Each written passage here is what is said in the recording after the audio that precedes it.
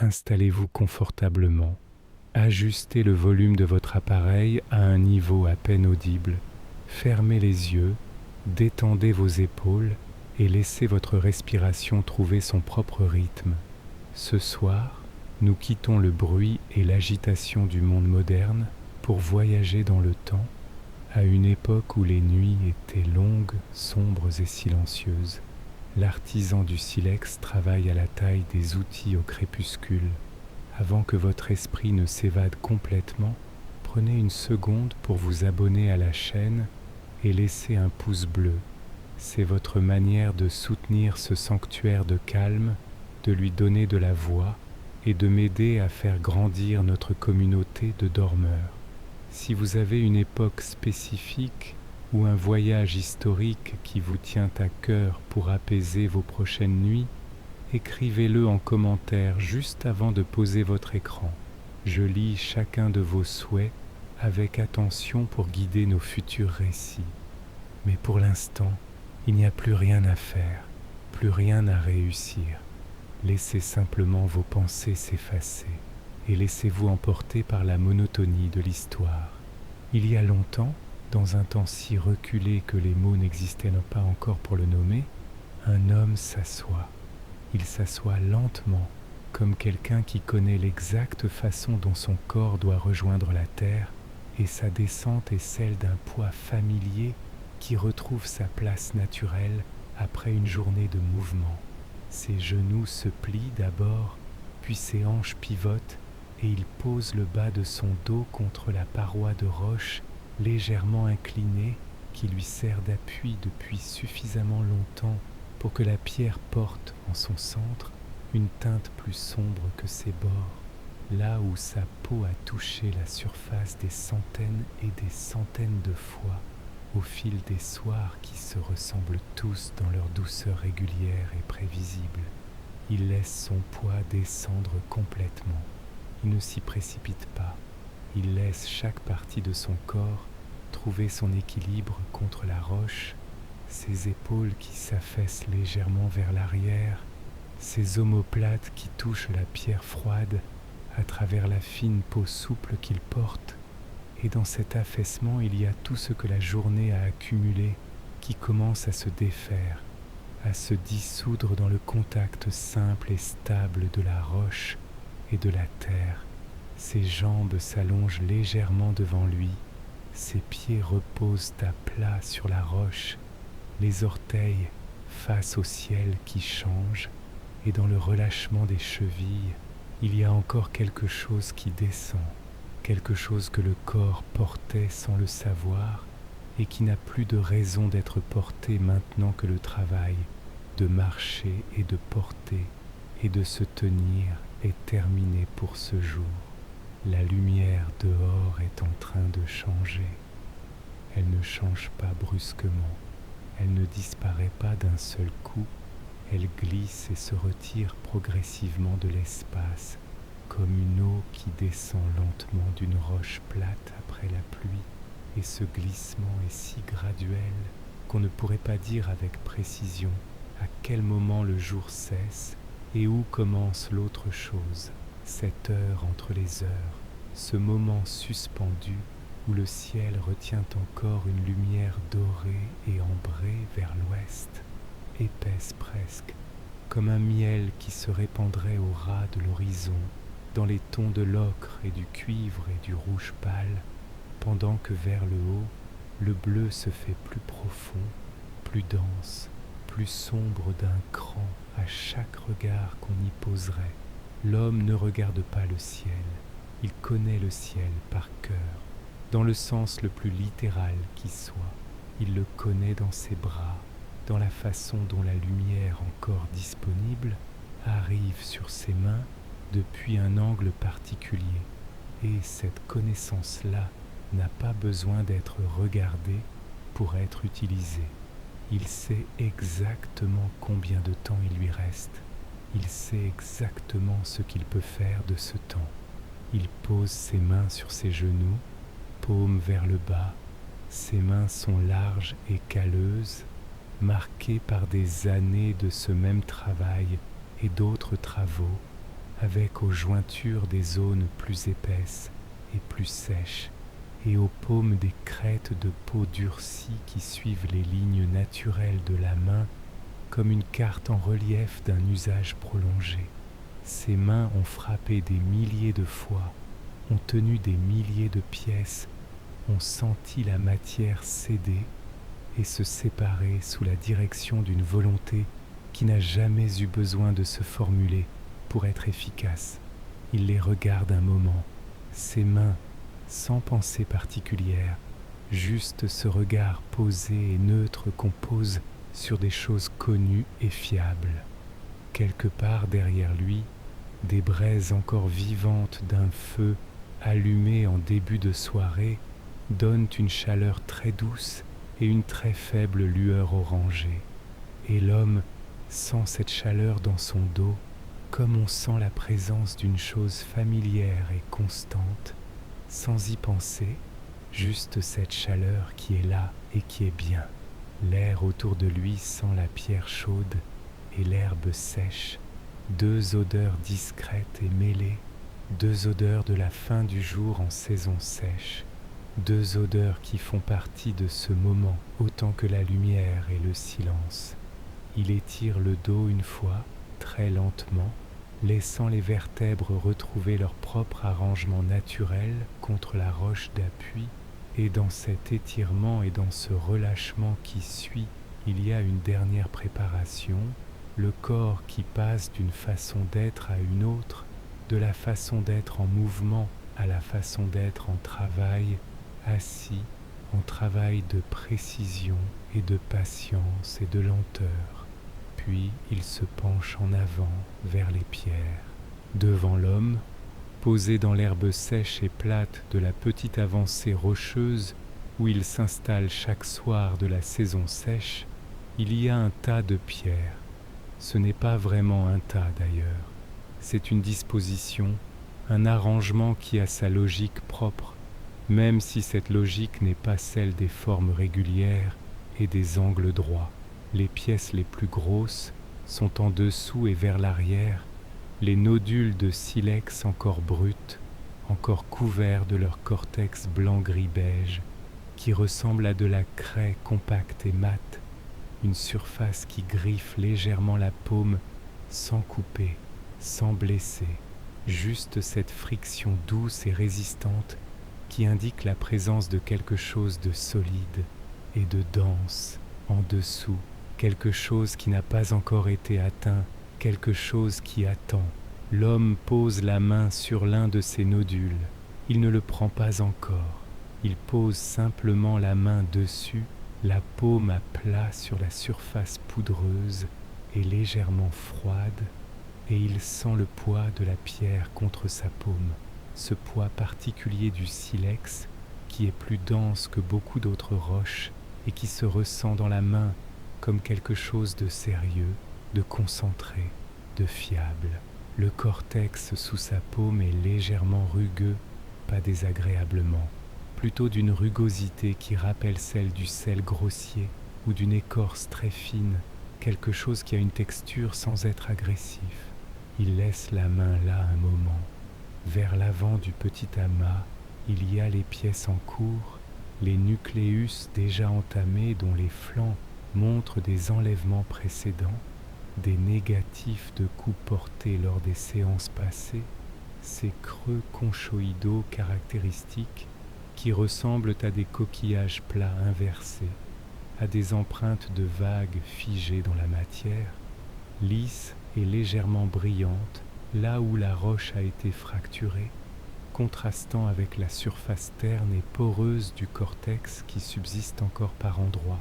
Il prend l'un de ces nucléus en cours, il le tient à deux mains d'abord, le faisant tourner très lentement, quelques degrés dans un sens, quelques degrés dans l'autre, et dans ce mouvement il y a toute une lecture silencieuse de la matière, une évaluation des angles et des surfaces et des arêtes, une compréhension de ce que la pierre peut donner et de l'endroit exact où il faudra frapper ce soir. Cette lecture n'est pas consciente au sens où nous l'entendons, mais elle est absolument précise, infaillible presque, nourri par des milliers de répétitions qui ont rendu la main capable de savoir des choses que l'œil n'a pas encore vues. Cette lecture prend le temps qu'elle doit prendre. Il n'y a pas de raison de se presser. La lumière est encore là, les mains sont prêtes, la pierre est familière. Tout peut se passer calmement et dans l'ordre, comme toujours, comme chaque soir de la saison sèche depuis plus longtemps qu'il ne pourrait le dire. Il repose le nucléus sur sa cuisse. Il tend la main vers le percuteur. Le percuteur est un galet de quartzite dense et homogène, de la taille d'un poing fermé peut-être un peu plus grand, lourd dans la main, lourd de manière satisfaisante, de ce poids qui donne confiance parce qu'il est régulier et prévisible. Sa surface est lisse sous les doigts, usée par l'utilisation autant que par l'eau ancienne de la rivière qui l'a formée, et il y a en son centre une légère zone plus mate, presque tronquée, là où des centaines de coups portés ont progressivement aplati ce qui était auparavant une courbe continue. Il tient le percuteur dans sa main droite, il reprend le nucléus dans sa main gauche, enveloppé cette fois dans un morceau de cuir souple, d'un brun foncé tirant sur le gris, dans cette lumière déclinante, un cuir qui protège la paume des tranchants qui pourraient se former, qui absorbe aussi les vibrations et qui maintient la pièce avec suffisamment de fermeté pour qu'elle ne glisse pas, mais pas tellement qu'on perdrait le sens de ce qui se passe à l'intérieur de la matière quand on la frappe. Et maintenant, l'homme regarde sa pièce. Le regard que l'homme pose sur sa pièce n'est pas un regard ordinaire. Ce n'est pas un regard qui cherche, qui hésite, qui compare des options. C'est un regard qui sait déjà et qui vérifie ce qu'il sait. Un regard posé et lent qui fait le tour de la pièce sans précipitation, s'arrêtant sur chaque surface, chaque arête, chaque angle, et qui construit progressivement la certitude de ce qui doit être fait et dans quel ordre ce soir. Il tourne le nucléus de quelques degrés. Il regarde, il tourne encore un peu, il regarde, et puis le regard s'arrête sur un endroit précis, un endroit que rien ne distinguerait aux yeux d'un autre, mais qui pour cet homme-là est l'endroit juste, celui qui appelle le premier coup de ce soir. Le bras droit se lève légèrement, sans hâte, pas haut, juste la hauteur nécessaire pour que le percuteur puisse descendre avec le poids voulu sur le point voulu. C'est un geste économe, sans rien de superflu, sans élan excessif, juste ce mouvement précis et mesuré d'un bras qui connaît exactement ce qu'on lui demande, qu'il a fait assez de fois pour que la décision de frapper et le geste lui-même soient devenus une seule et même chose, sans espace entre elles. Le premier coup arrive. Il arrive avec un son particulier, un son mat et sec, un claquement sourd qui n'est pas un bruit aigu et ne résonne pas mais qui s'arrête presque aussitôt qu'il a commencé, comme si la pierre l'absorbait immédiatement, le prenait en elle et le dissolvait, et dans le sillage de ce son, un éclat se détache, petit, avec son propre bruit plus léger encore, et il tombe dans l'herbe devant l'homme, avec un tintement presque inaudible, le tintement léger et sec d'une chose très petite et très dure qui touche le sol. L'homme ne regarde pas l'éclat, il regarde la nouvelle surface créée sur le nucléus, ce négatif fraîchement ouvert, brillant d'un brillant légèrement bleuté dans la lumière ambrée du crépuscule, une surface lisse et incurvée, de façon parfaitement prévisible pour lui, qui montre exactement ce qu'il a cherché à obtenir, ou suffisamment. Il tourne le nucléus de quelques degrés. Un autre coup arrive, de la même façon, avec le même son mat, le même bruit discret de l'éclat, qui se détache et tombe, et puis un silence, et puis encore un regard. Coup, silence, regard, coup. C'est ainsi que le temps passe dans ce travail, dans cette alternance très lente et très régulière, qui n'a pas de précipitation et n'en cherche pas, qui avance à son propre rythme, le rythme de la main et de la pierre et de la lumière qui descend doucement. Et ce rythme est le bon rythme, le seul rythme que ce travail connaisse et le seul dont il ait besoin. L'air autour de l'homme est frais et presque immobile. L'herbe sèche ne bouge pas ou à peine, frémissant par endroits sous le passage d'un souffle trop léger pour être vraiment senti sur la peau, mais suffisant pour faire remuer les tiges les plus fines. Les braises respirent très doucement derrière lui. Coup, un éclat dans l'herbe. Silence. Regard. La pièce tourne de quelques degrés. Coup.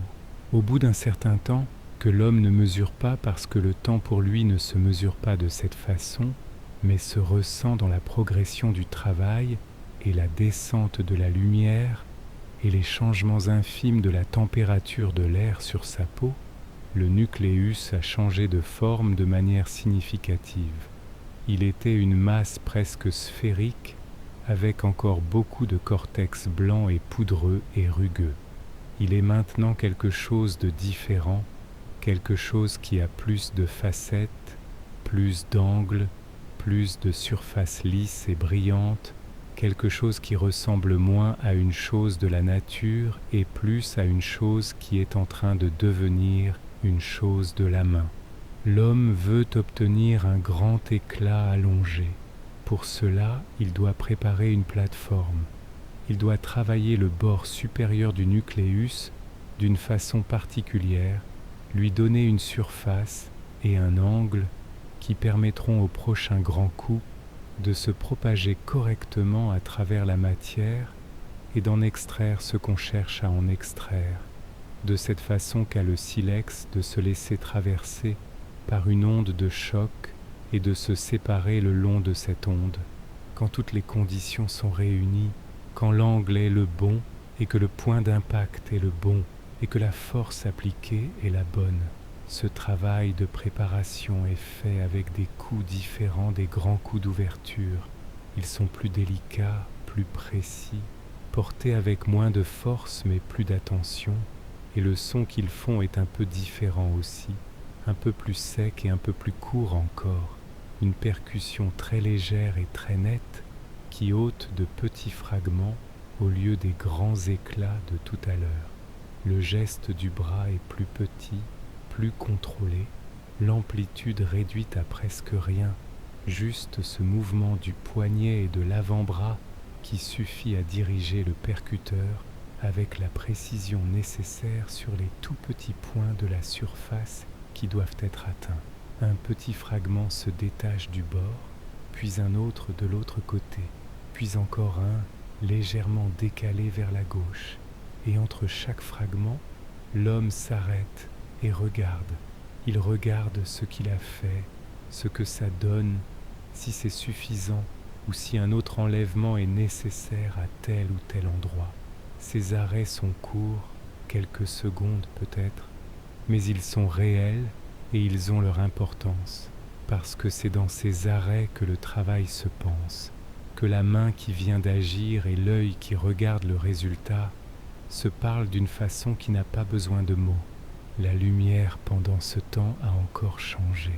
Elle est moins dorée maintenant et plus froide, cette lumière particulière du crépuscule avancé qui rend les surfaces très lisibles dans leurs détails, qui ne fait pas d'ombre forte mais qui révèle les textures par une sorte de rasance très douce sur toutes les surfaces, montrant chaque petite aspérité et chaque petit creux avec une clarté tranquille. C'est une bonne lumière pour ce travail. L'homme le ressent dans la facilité avec laquelle il voit ce qu'il cherche à voir sur la surface du nucléus, dans la façon dont les petites irrégularités du bord qu'il est en train de préparer se montrent clairement, sans ambiguïté, offrant à son regard toutes les informations dont il a besoin pour décider du prochain geste. 2 petits coups encore. Il regarde. La plateforme est prête, c'est-à-dire qu'elle présente une surface et un angle qui permettront au percuteur de mordre dedans plutôt que de glisser dessus, qui offrent à l'énergie du prochain coup quelque chose à saisir et à transmettre vers l'intérieur de la matière, vers cet intérieur qui est la chose importante, la chose vers laquelle on travaille depuis le début de la séance. L'homme s'arrête un moment avant de frapper. Cet arrêt n'est pas une hésitation, ce n'est pas non plus un repos. C'est quelque chose d'intermédiaire, une pause dans le rythme du travail qui ressemble à la pause entre 2 inspirations, ce moment très court où les poumons sont ni pleins ni vides et où il ne se passe rien en apparence mais où quelque chose se prépare, se rassemble, se met en place pour la suite. Dans cet arrêt, il ajuste la pièce dans sa main gauche. Il la tourne légèrement vers lui, l'incline pour mieux voir la surface du plan de frappe dans la lumière qui vient maintenant de côté et d'en bas, réfléchie par la roche claire sur laquelle il est assis. Une lumière indirecte et douce qui ne fait pas d'ombre franche mais qui révèle les textures par une rasance très oblique sur les surfaces. Il voit ce qu'il cherche à voir. Il voit l'angle, la direction, le point exact où le prochain coup doit atterrir. Il repositionne la pièce, la tient maintenant un peu plus en avant, le bord a frappé légèrement plus haut que sa main, présentant au percuteur un angle qui est maintenant exactement là où il doit être, ce dont l'homme est sûr d'une certitude qui ne passe pas par les mots, mais qui est absolue dans ses mains et dans ses épaules et dans les muscles qui courent le long de son avant-bras droit jusqu'au poignet. Il frappe, et le son est différent cette fois. Il n'est pas plus fort ni plus faible, mais il est différent de façon significative pour l'oreille habituée à ces distinctions, une qualité légèrement différente dans le claquement mat, quelque chose de plus rond peut-être, de moins creux, et dans les toutes premières fractions de secondes qui suivent, avant même qu'on puisse voir le résultat, l'oreille seule sait que ce coup était bon, que la matière a répondu comme elle devait répondre. L'éclat part. Il part depuis le plan de frappe et traverse le nucléus sur toute sa longueur dans un seul mouvement, suivant la courbe que lui impose la structure interne de la roche, cette structure que l'homme n'a jamais vue et ne pourra jamais voir, mais qu'il connaît quand même par une forme de connaissance qui n'a pas besoin des yeux, et il se détache proprement à l'autre bout, tombant en avant, tombant dans l'herbe en dessous avec un bruit légèrement plus long et plus complexe que les petits éclats de tout à l'heure, parce que c'est une pièce plus grande et plus plane qui tombe et qui rebondit très légèrement sur sa surface avant de s'immobiliser. L'homme pose le nucléus. Il prend l'éclat entre ses 2 mains maintenant et le fait tourner très lentement, une rotation complète et douce, regardant chaque face, chaque bord. L'éclat est long d'environ 2 fois la largeur de sa main, plan, s'affinant progressivement vers la pointe opposée au point d'impact. Sur sa face supérieure, il y a encore des zones de cortex par endroits, du blanc-gris poudreux contre le gris-bleu brillant de la fracture récente. Sur sa face inférieure, la surface est uniforme, légèrement incurvée de façon régulière, lisse et brillante, avec juste tout en haut la petite bosse conique du bulbe de percussion qui indique exactement où le coup a atterri. Il pose le pouce sur le bord, très doucement. Il fait glisser l'ongle le long de la surface, et le son que cela fait est un petit son sec et légèrement crissant, pas désagréable, quelque chose qui indique à la fois la dureté de la matière et la finesse du bord. Et depuis ce son, et depuis la façon dont l'ongle accroche très légèrement par endroits, l'homme sait ce qu'il sait sur son éclat, sur ce qu'il est et sur ce qu'il doit encore devenir. Il le repose dans l'herbe à sa droite du côté des pièces en attente de finition. Le nucléus est maintenant épuisé, ou presque. Il reste entre les mains de l'homme quelque chose de beaucoup plus petit que ce que c'était au début du travail, une pièce très facettée, toute de surface brillante et d'arêtes vives, légère comme elle n'était pas, et qui n'a plus beaucoup à donner ce soir dans cette direction-là, qui ne peut plus fournir d'éclats longs et réguliers parce qu'elle n'en a plus ni la masse ni la forme nécessaire. L'homme le pose de côté. Il prend un éclat parmi les pièces en attente, l'un des éclats frais de cette session, celui qui lui paraissait le plus régulier dans sa forme et le plus propre dans ses bords quand il l'a posé tout à l'heure.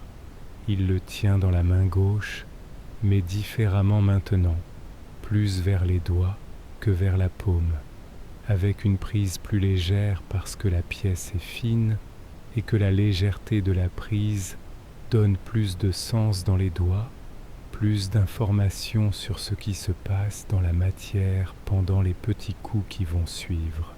Dans sa main droite, il prend quelque chose d'autre, pas le galet de quartzite.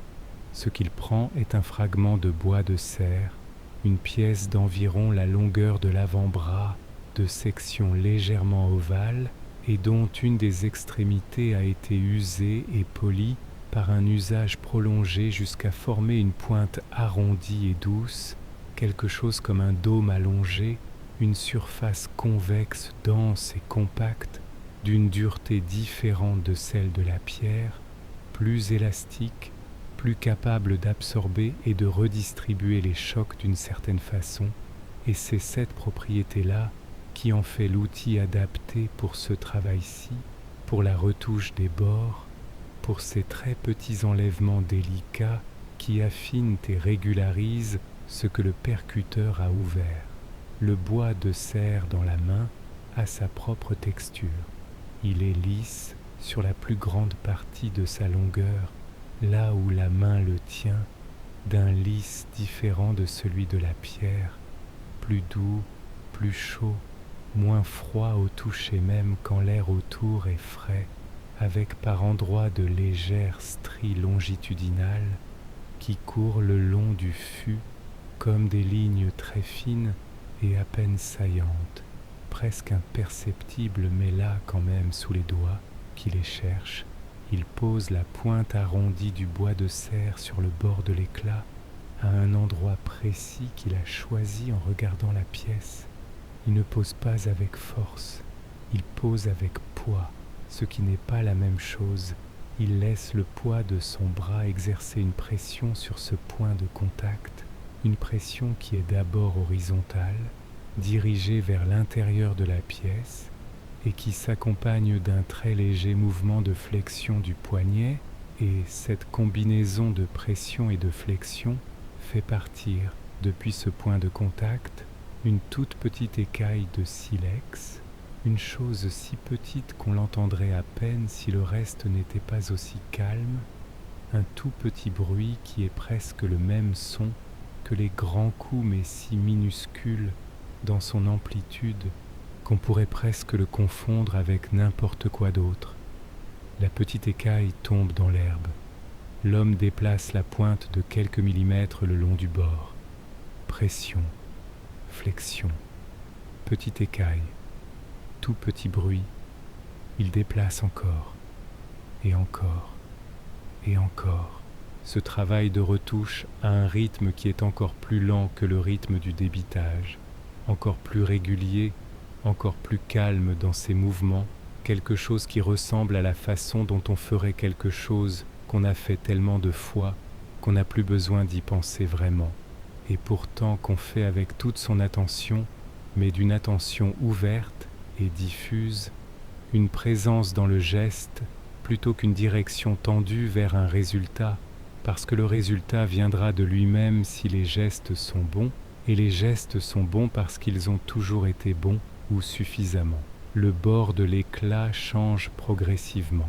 Là où il y avait une irrégularité, une petite saillie trop prononcée ou un creux trop abrupt, Il y a maintenant, après le passage de la pointe, une surface plus douce, un profil plus régulier, quelque chose qui ressemble davantage à ce que ça doit ressembler.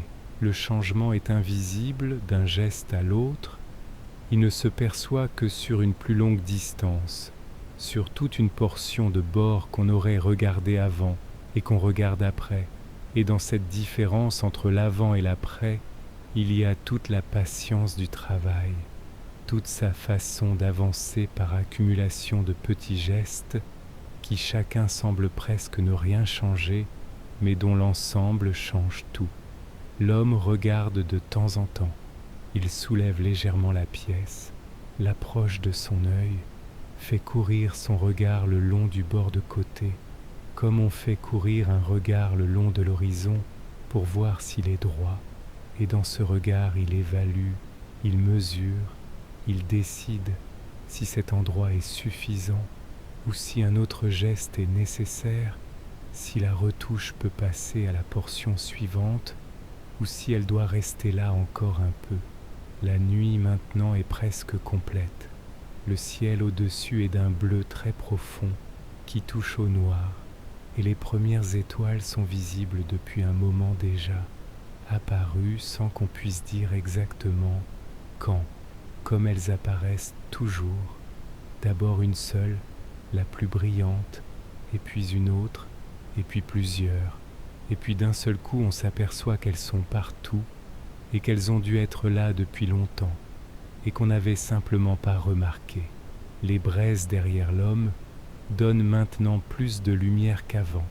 C'est une des façons par lesquelles la nuit qui monte rend visible ce qui était là et qu'on ne voyait pas vraiment. La faible lueur orangée des braises, qui était presque imperceptible dans la lumière du crépuscule, est maintenant une présence chaude et colorée dans l'obscurité, projetant sur la roche et sur le sol devant l'homme une lumière très douce et très mouvante, une lumière qui vit légèrement selon que les braises respirent ou s'affaissent, et cette lumière suffit tout juste à montrer les formes et les contours et les surfaces de ce qui est proche. Les mains de l'homme, dans cette lumière-là, ont une couleur différente. Elles sont plus sombres, plus ambrées, plus vivantes d'une façon particulière à ce genre de lumière qui donne aux peaux et aux pierres et aux terres une teinte commune, les rapprochant l'une de l'autre dans la tonalité, même si leur texture reste complètement différente. Mais les mains savent, elles savent sans la lumière, elles sauraient dans le noir complet, parce que ce qu'elles font n'a pas besoin d'être vu, n'a besoin que d'être senti, le poids juste, la pression juste, le bon endroit sur le bord, l'angle légèrement différent à chaque position, pression, petite écaille, déplacement, pression, petite écaille, tout petit bruit dans le silence de la nuit. L'homme s'arrête. Il tient l'éclat fini devant lui, entre ses deux mains maintenant, dans la faible lumière orangée des braises, et il le fait tourner très lentement, une rotation complète très douce, regardant chaque portion du bord, chaque face, chaque angle, et dans ce regard et dans ce mouvement, il y a la conclusion du travail de ce soir, une dernière conversation avec la pièce, une dernière lecture de ce qu'elle est devenue. Elle est devenue ce qu'elle devait devenir. Pas exactement ce qu'une autre main aurait fait, pas exactement ce qu'une autre pierre aurait donné, mais ce que cette pierre et ses mains ont fait ensemble ce soir dans cette lumière et dans ce calme, et c'est suffisant, c'est bien, c'est la chose juste. Il la pose avec les autres, les pièces finies, les pièces prêtes, celles qui attendent leur utilisation future, et l'herbe sèche fait un tout petit bruit quand la pierre la touche et s'y pose. Il pose ensuite le bois de serre, doucement, à sa gauche. Il pose le percuteur, doucement, à sa droite. Il dépose le morceau de cuir plié devant lui. Chaque geste est lent et complet. Chaque chose retrouve sa place sans hâte, et dans cet ordre-là, dans cette façon de ranger qui n'est pas vraiment du rangement mais plutôt la conclusion naturelle d'un travail qui se termine, il y a quelque chose de satisfaisant et de calme, quelque chose qui ressemble à la façon dont une phrase se termine sur la bonne note, sans qu'on ait eu besoin de le décider. Il étire ses doigts, lentement, les étend, les ouvre, les laisse se déplier d'eux-mêmes après tout ce temps tenu, et dans cette extension des doigts, il y a tout ce que le corps retient pendant le travail et relâche après, toutes les petites tensions accumulées dans les articulations et dans les tendons et dans les petits muscles de la main et de l'avant-bras. Ce relâchement est doux et progressif. Il prend tout le temps qu'il lui faut. L'homme laisse ensuite ses mains reposer sur ses genoux, paumes vers le haut, ouvertes, simplement posées là, sans rien tenir et sans rien chercher. Et dans cette position de repos des mains, il y a tout l'inverse du geste de travail, tout le contraire de la prise et de la frappe et de la pression, juste l'absence de tout cela, l'ouverture et le vide et le repos. Les braises respirent leur lumière très douce sur la roche et sur les mains ouvertes de l'homme. Les étoiles au-dessus sont nombreuses et immobiles.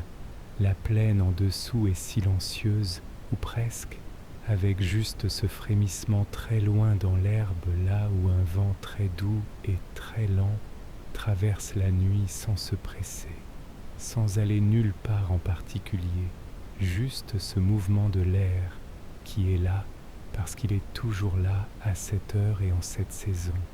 Et l'homme, appuyé contre sa roche, dans la chaleur douce qui vient des braises et dans l'air de la nuit qui s'est maintenant complètement installé autour de lui, l'homme est là, simplement là, dans ce moment où le travail est fini et où rien d'autre ne commence encore, dans ce blanc entre les choses qui est peut-être la chose la plus reposante qui existe, ce moment sans tâche et sans direction, ce moment qui n'appartient qu'à lui-même.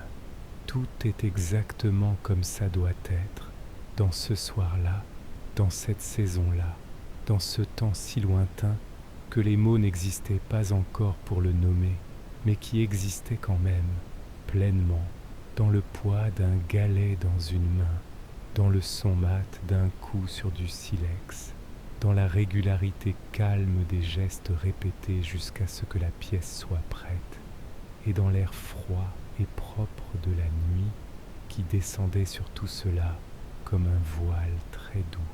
Après que les mains se sont posées, il y a un temps qui n'est pas encore le sommeil, mais qui n'est plus tout à fait l'éveil actif non plus.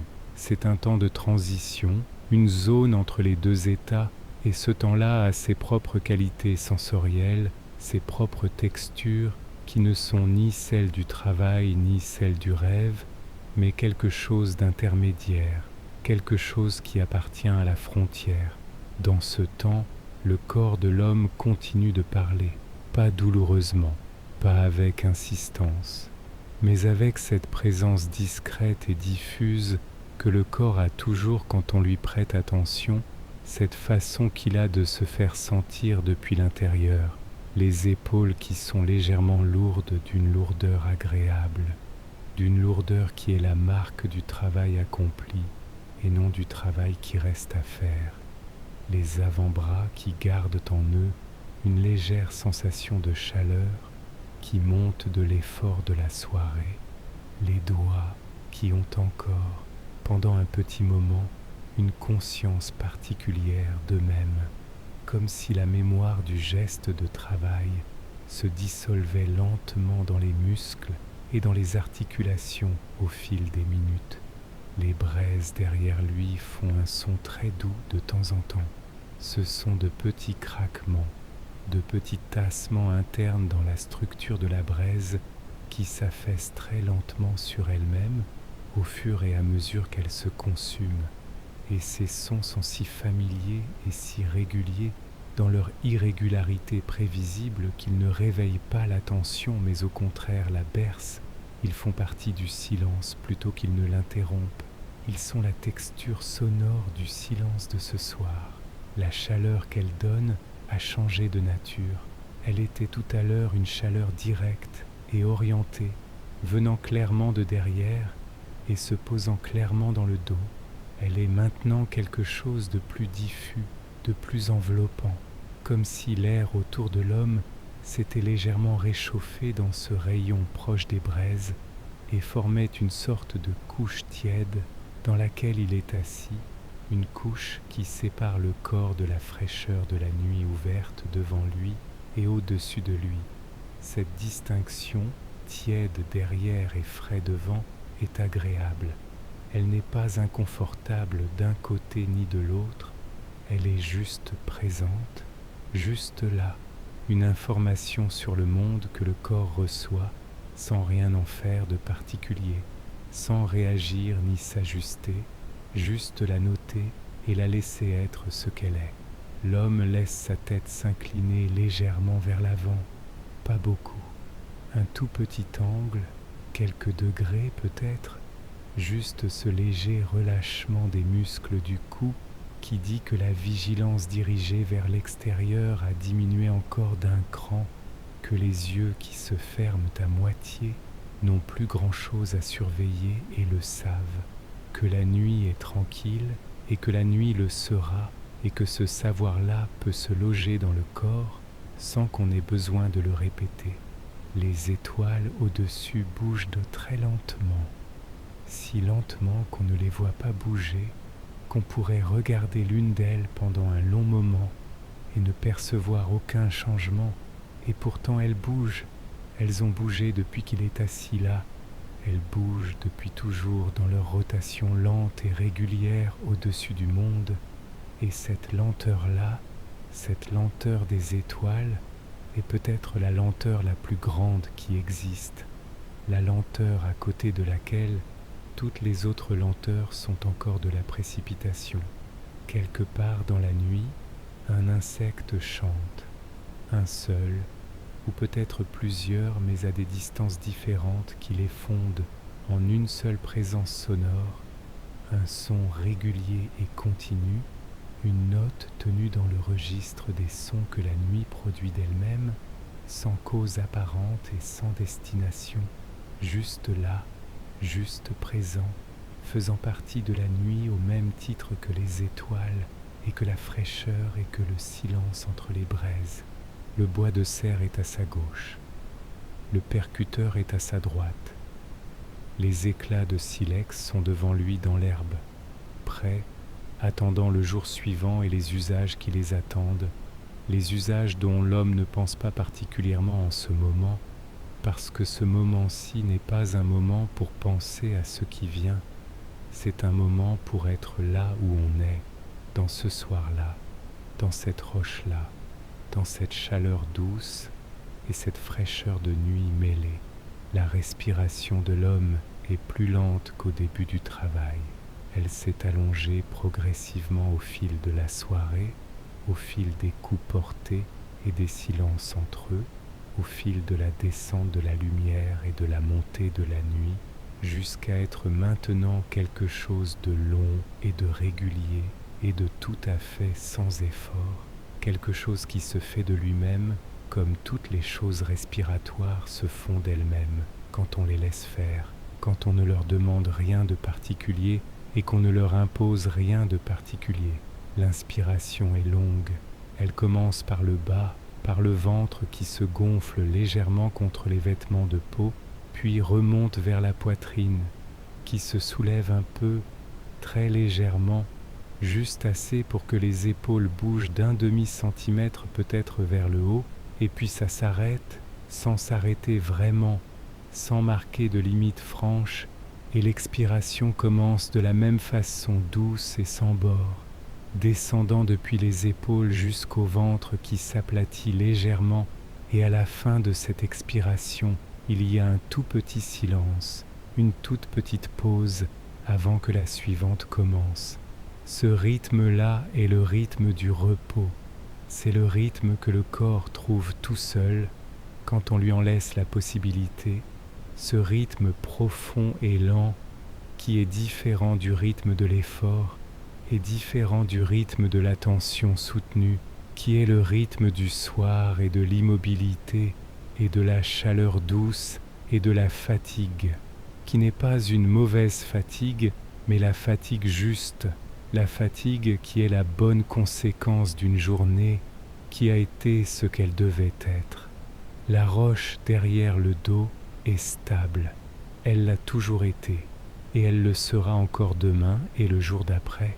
Et dans cette stabilité-là, il y a quelque chose dont le corps sait qu'il peut se déposer, quelque chose de fiable et d'immobile, sur quoi s'appuyer sans vigilance, sans calcul, sans retenir quoi que ce soit. Le sol sous les cuisses est dur mais familier. L'herbe sèche à portée des mains a la texture qu'elle a toujours, ce crissement très doux si on en prend une tige entre les doigts et qu'on la fait glisser, cette sécheresse et cette légèreté propre à l'herbe de fin de saison sèche, qui cassera si on la plie trop, mais qui résiste doucement si on la touche à peine.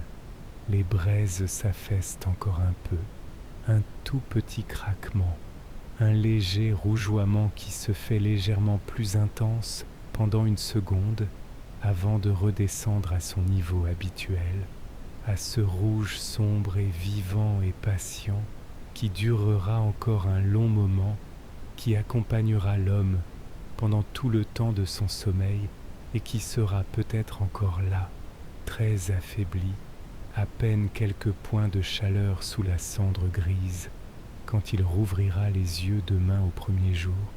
Mais ça, c'est demain.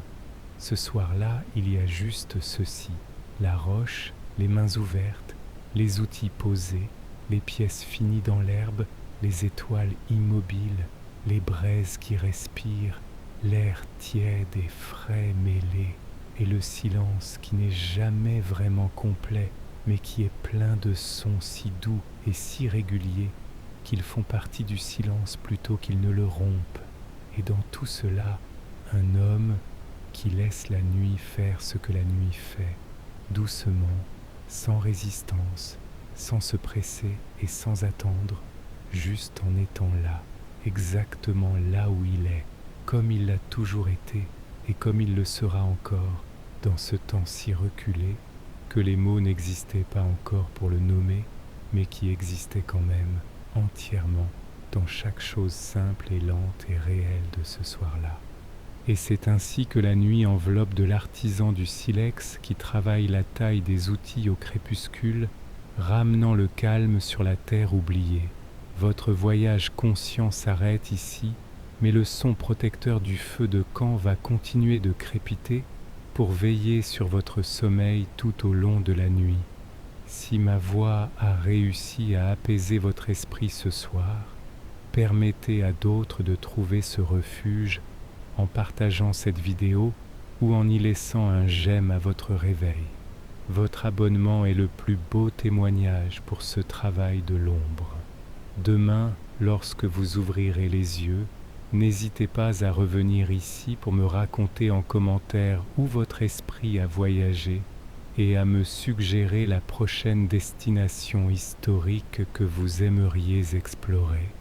Pour l'instant, reposez-vous, laissez les heures s'écouler doucement, passez une nuit paisible et doux rêve